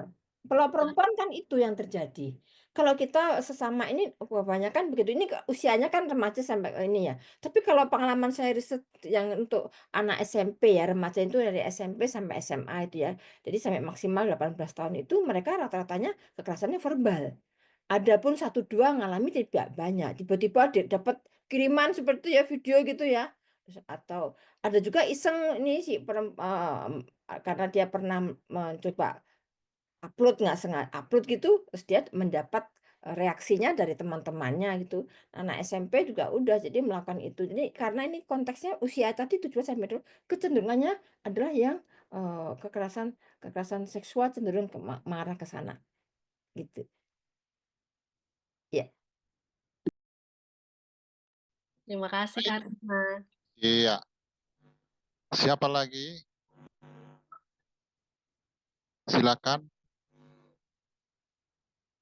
Ya, menarik ini ya terkait tadi pertanyaan Miss Hartina mengenai ya jumlah karena ya saya juga menarik itu dari 410 menjadi 113 itu ada hampir ya hampir 3 300 itu out dibuang, sebegitu banyak. Nah, selain misalnya karena jawaban yang asal-asal misalnya seperti itu, apakah ada hal lain misalnya tentang rentang usia? Apakah karena ada juga karena usia yang tidak remaja lagi itu juga menjadi faktor yang dipakai untuk mengeliminasi atau murni hanya jawaban asal-asal? Kalau jawaban asal-asal sepertinya apakah tidak terlalu banyak itu? Atau ada faktor lain yang menjadi kritis? Sempat tadi saya dengar itu terkait dengan apa ya? bisa sih Kak. Tingkat kesepian atau ya Ya, tingkat kesepian. kategorisasi kontrol ya, Ya, kategorisasi ya. dari semua, variabel yang kita memang mau membatasi. Jadi secara logikanya mereka kontrol dirinya memang harus yang rendah gitu ya, paling nggak sedang lah ya. Yang tinggi harus kita keluarkan gitu. Itu menjadi pemikiran kita. Yang juga yang cyber-nya jangan yang rendah, cyber-nya yang sedang dan yang tinggi. Semua arahnya sedang ke atas, sedang ke bawah. Itu Pak batas. Berarti data itu sudah diinput dulu ya, baru Oh ketahuan itu iya, ya. iya Pak, Ya, baru betul di, betul di-input ya, baru dipretelin satu-satu gitu. nangis Saya juga tapi ya apa boleh buat kita mau ini pertama kali itu 200 jadi sebelum pertama kali dapat 400 akhirnya dapat 200 ini masih kok banyak gini kok nggak masuk akal gitu.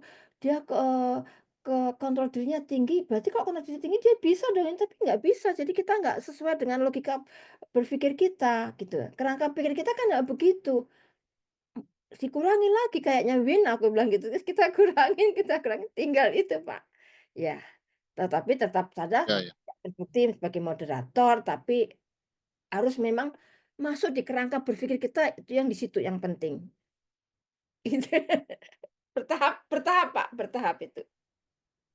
Itu kira-kira namanya proses adaptasi ilmiah gitu. Iya, iya, iya, makanya Adaptasi. itu Ya, aja oke lah. jadi Apa terus terus namanya? terus Ya, tahunya dari alat ukur itu. Jadi memang teman-teman betul-betul, instrumen penelitian itu betul-betul yang memang itu kan yang mau untuk mengukur ada perilaku tersebut muncul, perilaku itu dialami enggak, ya dari situ, ya itu menjadi catatan ya, catatan kita. Jadi kita anggapnya sebagian udah bisa masuk, ternyata itu spesifik, gitu. Oke. Jadi cerita panjang di sini sehingga menjadi kekurangan bisa menjadi, perhatian untuk teman-teman yang lain gitu ya. ya menarik juga misalnya menurut hemat saya tadi terkait alat ukur ya, alat ukur kontrol diri itu ya.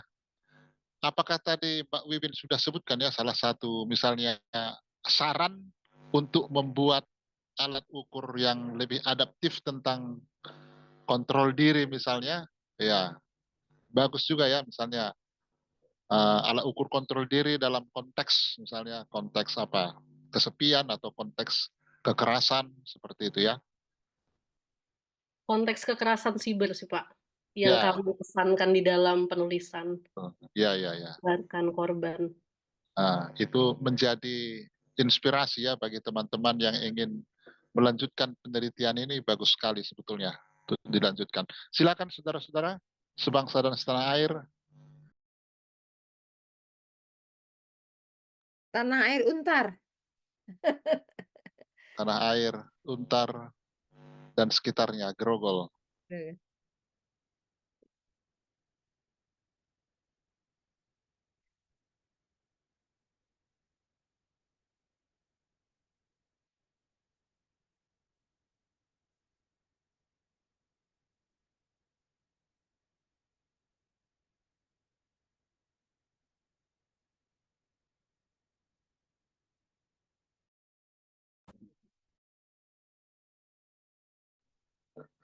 Bisa juga ditulis teman-teman di chat kalau kesulitan dalam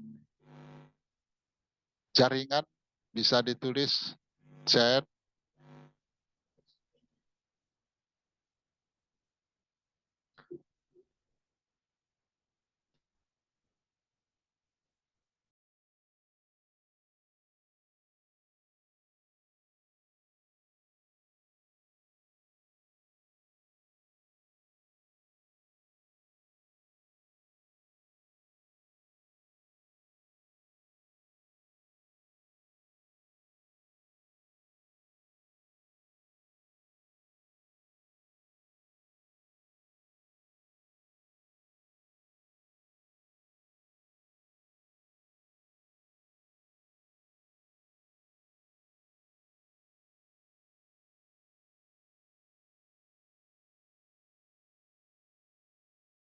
Raja boleh ikut WA apa Raja?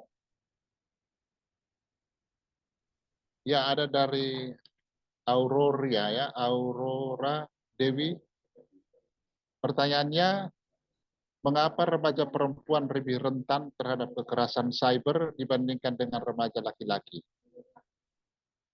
Wiliani tadi udah ya, Wiliani sudah tadi dijawab. Silakan Mbak Wiwin. Iya, Mengapa? Ya, oke. sudah. Terima kasih Pak Raja pertanyaannya. Mengapa remaja perempuan lebih rentan ya daripada remaja laki-laki? Kalau yang kami ketahui, Pak Raja, perempuan, mau remaja perempuan ataupun perempuan di usia berapapun itu masih dipandang apa ya? Sosialnya itu lebih ini loh, konstruk sosialnya itu lebih rendah daripada laki-laki dan masih dianggap lemah gitu. Jadi memang cenderung perempuan ini jadi sasaran untuk menjadi korban gitu. Karena itu konstruk sosial yang dibuat itu kan apa ya? Tidak memungkiri ya laki-laki itu di atas perempuan kayak gitu. Jadi banyak korban kekerasan itu terjadi pada perempuan, anak-anak perempuan, remaja perempuan, atau perempuan di usia manapun. Yang kebetulan ya, kalau partisipan kami sih remaja ya, gitu. Nah, memang itu sih jawabannya, karena dianggap lemah gitu. Kita perempuan masih dianggap lemah di sosial. Jadi apa sasarannya adalah perempuan gitu. Seperti itu sih Pak. Ibu Siska mau Ya, menambah? boleh sedikit saya tambahkan ini teman-teman, memang di masyarakat kita, masyarakat timur gitu ya, perempuan itu memang dipandang atau sebagai kelas 2 ya, secara di struktur patriarki kita masih tinggi, masih kuat gitu ya, sehingga dia menjadi objek atau ya karena layak atau biasalah kalau dia menjadi korban gitu. Dia banyak sekali kejadian-kejadian di masyarakat kita yang bisa kita lihat, kasus-kasus yang muncul, ya kita yang bisa mendengar dari televisi, dari berita-berita itu semua, kalau apalagi anak-anak ya, tidak punya daya, kekuatan untuk melawan. Secara strukturnya tadi memang, perempuan menjadi, kita kalau kasarnya ya kelas 2 ya jadi dia menjadi ada semacam diskriminasi, perempuan bisa menjadi, karena kebanyakan korban, enggak ya karena posisinya lemah gitu ya. Kasus yang tadi disampaikan, jadi contoh dari orang teman yang tadi curhat ataupun tidak mau mengisi karena ini, dia punya pengalaman yang relasi yang tadi, ketergantungan tadi juga menjadi penyebab ya karena itu. Jadi memang, akhirnya kita membuat psikoedukasinya tadi, perempuan perlu menjaga, kontrol dirinya harus kuat gitu ya. Ya, harus baik, dia harus bisa menjaga ya, karena memang perempuan. Jadi ini topiknya perempuan di mana usianya udah 17 sampai 24 masih banyak. Apalagi kalau anak-anak gitu ya, di bawah itu lebih banyak lagi, dan itu kita pertanyaan itu udah nggak perlu dijawab secara ya, kita udah bisa mendapat jawabannya pasti seperti itu, karena perempuan memang lemah, perempuan nggak punya posisi. Nah, kalau nanti kita mau cari partisipan laki-laki misalkan, sulit, kita nggak mau mempersulit diri juga. Risetnya itu ya nggak punya dana, mau sampai selesai kapan, kita kecuali kalau dapat didanai, sponsornya ada, kita mau diminta melakukan penelitian itu kita kerjakan gitu ya. Sehingga kalau kita menjadi pilihannya itu juga pertimbangan kita di sana. Itu kenapa gitu ya. Perempuan jadi korban. Ya masalah ketimpangan gender itu masih terjadi gitu ya. Apalagi ini. Kalau tadi misalkan perempuan yang memutuskan, Marani untuk memutuskan, yang memutuskan gitu ya, jarang gitu ya. Laki-laki mungkin nothing tulus, kita nggak punya rasa malunya, mungkin nggak ada. Di mana-mana perempuan tuh yang lebih harga diri, rasa malunya itu lebih tinggi. Sehingga perempuan kok begitu, selalu disalahkan perempuan ya. Ya, tapi kalau laki-laki wajar lah, laki-laki. Nah, selalu ada stigma, ada norma-norma seperti itu yang membuat akhirnya ya perempuan jadi lemah. Nah, untuk itu kita perempuan perlunya menjaga gitu ya. Dengan kontrol diri itu perlu harus berani, dan harus itu betul-betul menjaga. Kita tidak bisa semudah itu kita ya. Apa tadi contohnya ada dalam relasi itu sudah ada ketergantungan, ya itu menjadi senjatanya laki-laki berani. Untung tidak pakai diperas secara materi ya. Wah, itu juga itu bisa secara materi maupun non materi sangat-sangat memberatkan. Seperti itu pertanyaannya, Mbak Aurora. Iya, terima kasih Mbak Wiwin dan Bu Siska untuk jawabannya. Kasih Kak Aurora.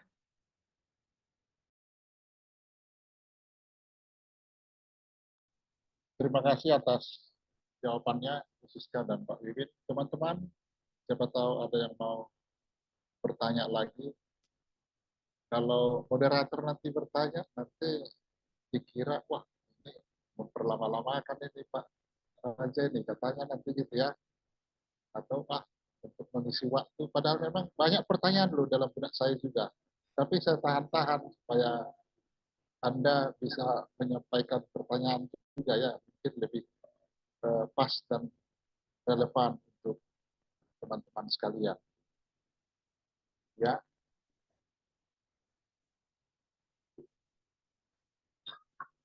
Silakan.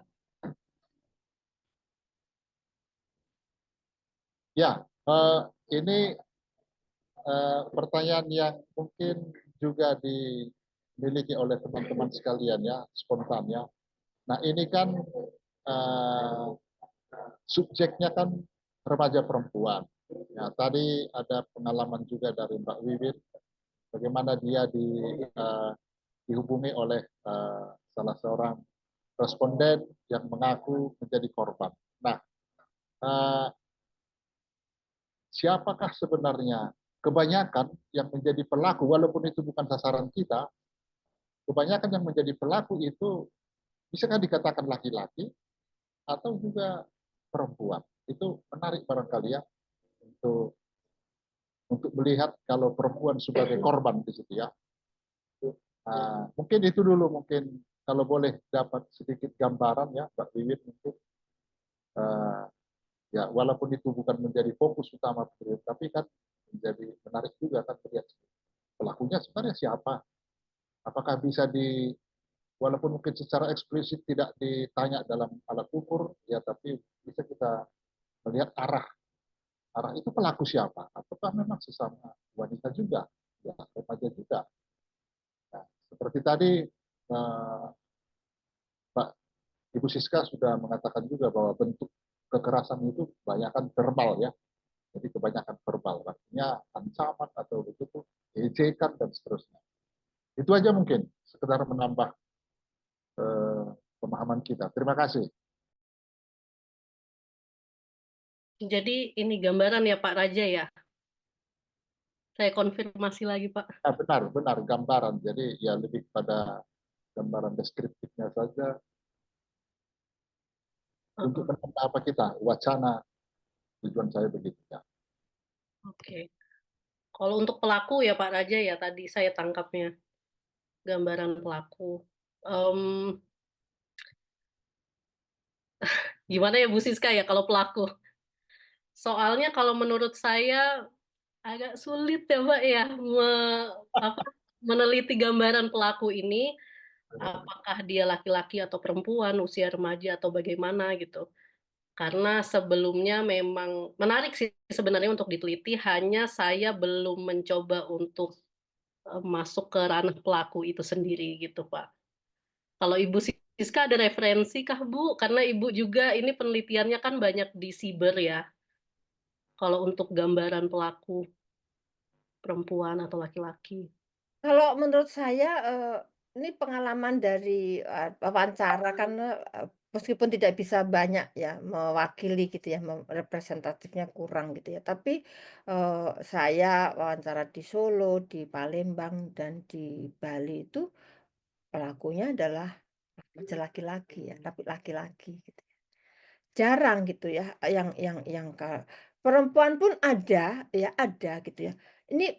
Jadi ini bisa dilihat gini, kalau perempuan sebagai pelaku itu ada unsurnya karena persaingan.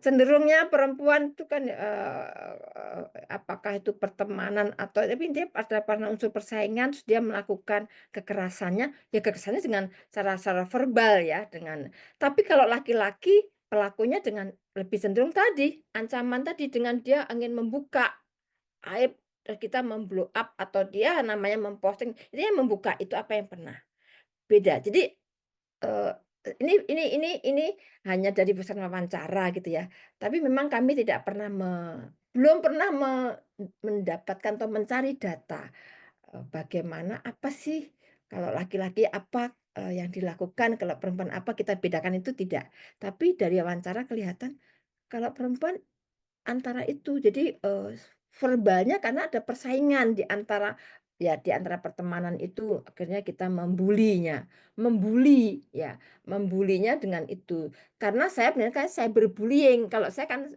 pembulian karena melalui media, dengan media itu sosmed itu pembulian. Nah, kalau ini lebih pada kekerasan, agak sedikit beda ya. Yang penelitian saya tentang, cyberbullying. Jadi bulinya itu karena ya secara verbal, kalau, perempuan itu dan laki-laki, antar laki-laki pun juga korbannya bisa juga, tapi konteksnya adalah, eee, pembulian ya, beda sedikit dengan kekerasan cyber. Eee, Mbak Wiwin bisa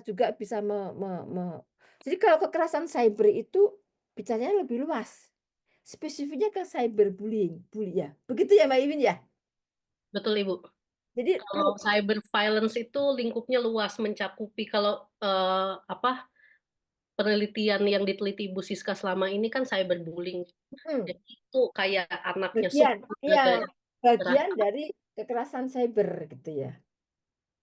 Nah, kalau kekerasan cyber, kalau saya pada anak-anak ya memang ada juga pengalaman mereka yang, ya tidak pengalaman mereka yang tadi terus ditampilkan gambar apa ketika dia tiba-tiba mengupload foto di kelas temannya itu begini, ini kan suatu juga, cyberbullying gitu ya. Nah, kalau yang di Mbak Wiwin ini kekerasan cyber itu betul-betul menginginkan violence-nya udah jelas gitu. Kalau bully itu lebih cenderung kepada konteksnya pada remaja ya, remaja gitu, Mbak. Wah, kalau ini kan Mbak Iwin makanya dia ambil partisipannya sampai usianya 24, termasuk tentu dewasa awal gitu ya. yang sudah mengalami datingnya, menjalin relasi, ada dating ya, kekerasan karena dating itu, karena relasi itu membuat itu. Jadi ada bedanya. Tapi memang menarik juga kalau bisa dapat seperti itu Pak Raja ya. Ya, Jenis-jenis kekerasan di media sosial itu, apa yang dilakukan laki-laki, apa yang dilakukan perempuan, apa yang dialami laki-laki, apa yang dialami perempuan gitu. Itu survei, survei, nggak usah banyak-banyak variabelnya, cuma bicara tentang itu terus dianalisis dengan dikaitkan satu variabel lagi aja ya Pak. ya, ya. Ya. Oke, itu tambahan saya Pak Raja dan Mbak Bibin.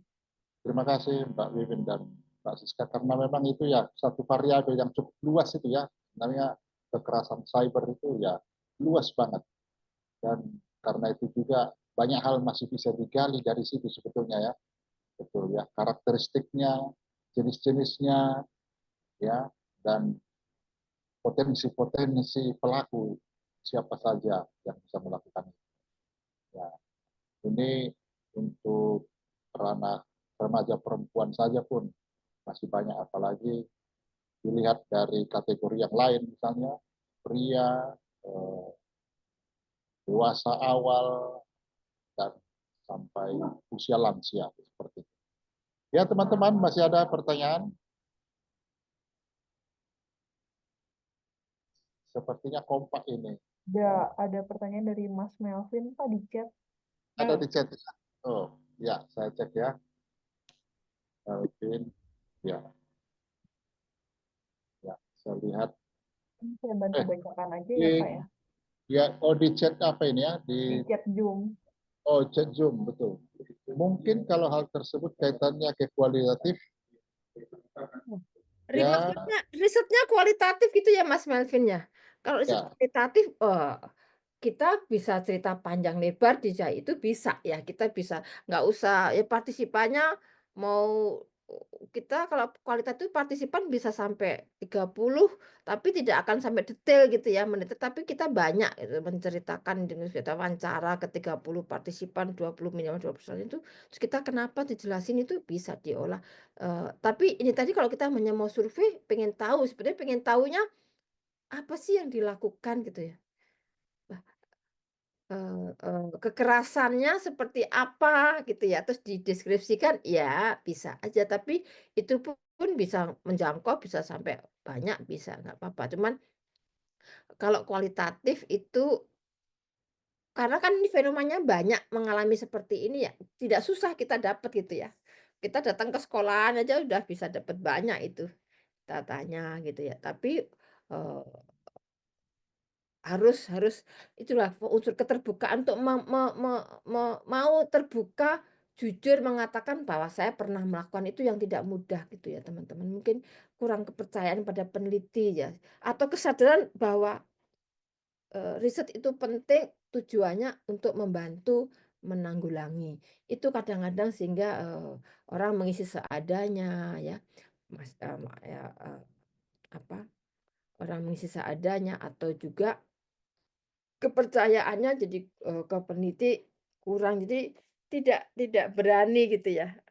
Kita sekarang susah mencari partisipan itu ya, mencari partisipan itu mengisi, kadang diberikan insentif gitu ya. Ya itu ya mungkin kesadarannya tentang riset itu masih kurang ya, sehingga tidak mau membantu gitu, membantunya ya salah mengisi, yang penting terisi tapi tidak dengan sungguh-sungguh atau menceritakan pengalaman, ditanyain ini dia pernah menjadi pelaku atau pernah menjadi korban dengan terbuka gitu juga tidak mudah gitu. Jadi ya akhirnya dengan kuesioner ini meskipun ditutup ya ada plus minusnya, makanya harus mencari partisipannya agak banyak, akhirnya seperti Mbak Wiwin tadi, ketemunya itu. Tidak masalah tidak sampai terbukti, intinya begitu, tapi yang penting prosedurnya benar. Di dalam secara metodologi terpenuhi. Begitu Mas Melvin, Pak Raja. Bagaimana Melvin? Ada rencana mau buat penelitian kualitatif? Menarik Ya juga. sudah lulus Pak, kayaknya udah lulus deh. Oh, lulus, Melvin. Belum Ibu, lagi proses Ya. publikasi Ibu. Oh, maksudnya sudah penelitian dong, Oh iya Ibu, betul. Bapak Yu. Betul Ibu. Oke. Baik, terima kasih pertanyaannya, Melvin. Ya, teman-teman sekalian, silahkan masih ada beberapa menit lagi, belum jam 9. Ya, jadi kalau tidak ada lagi ya, saya bisa rangkumkan bahwa masalah kekerasan cyber ini memang sangat memiliki dampak yang besar, luar biasa ya, pada setiap manusia, khususnya kaum remaja perempuan. Itu kita sudah lihat, dan bagaimana mereka harus bisa lepas dari situ. Dan kalau dilihat dengan kesepian dan juga kontrol diri, itu memegang peranan penting. Maka dalam penelitian selanjutnya diharapkan bahwa persoalan kekerasan cyber ini bisa diatasi ya dengan cara memperkuat kontrol diri. Itu kurang lebih salah satu saran yang dikembangkan oleh peneliti. Baik teman-teman, terima kasih sekali lagi kepada dua narasumber kita, Mbak Wiwin dengan Ibu Siska, dan semua teman-teman tim dari FDI. Saya ucapkan banyak terima kasih. Sebelum kita tutup, kita serahkan sertifikat untuk kedua narasumber kita.